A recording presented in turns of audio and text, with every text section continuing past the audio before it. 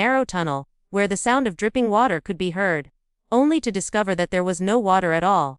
The sound was there, clear as day, yet the walls were completely dry. Minutes turned into hours on the tape, the boys wandering deeper through narrow passages and vertical drops.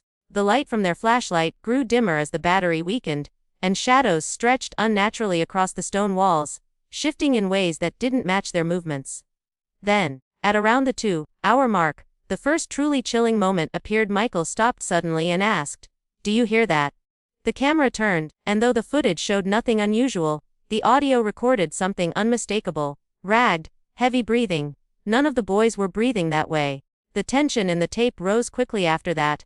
Their voices grew strained, and their movements more frantic. Aaron muttered repeatedly that, "We shouldn't be here," while Daniel tried to keep filming, his voice wavering despite his attempts at calm.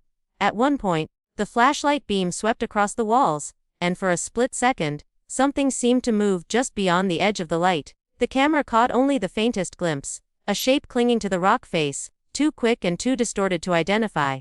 All three boys fell silent after that, as though they had seen it too, but none dared to say what it was.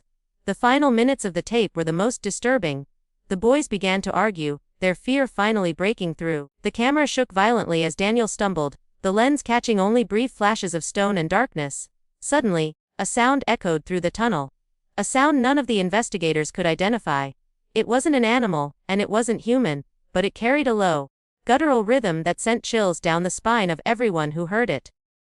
The recording ended abruptly with the camera dropping to the ground, the last image showing a pair of terrified eyes staring into the lens before the screen went black. When the tape was reviewed in detail, experts noticed something deeply unusual. The recording didn't end naturally, it had been cut off. The final seconds showed Daniel's terrified face and the camera falling, but instead of continuing until the tape physically ran out, the footage simply stopped. Technicians concluded that someone, at some point, had deliberately recorded over the last portion. The families were horrified. If the boys hadn't returned from the cave, who could have touched the camera?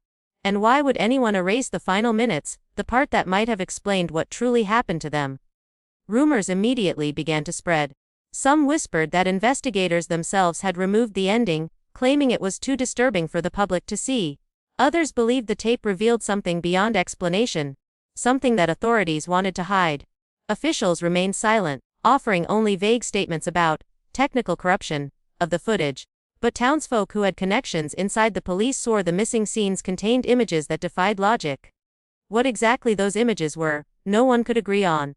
A few claimed that the erased section showed a tall, distorted figure crawling along the walls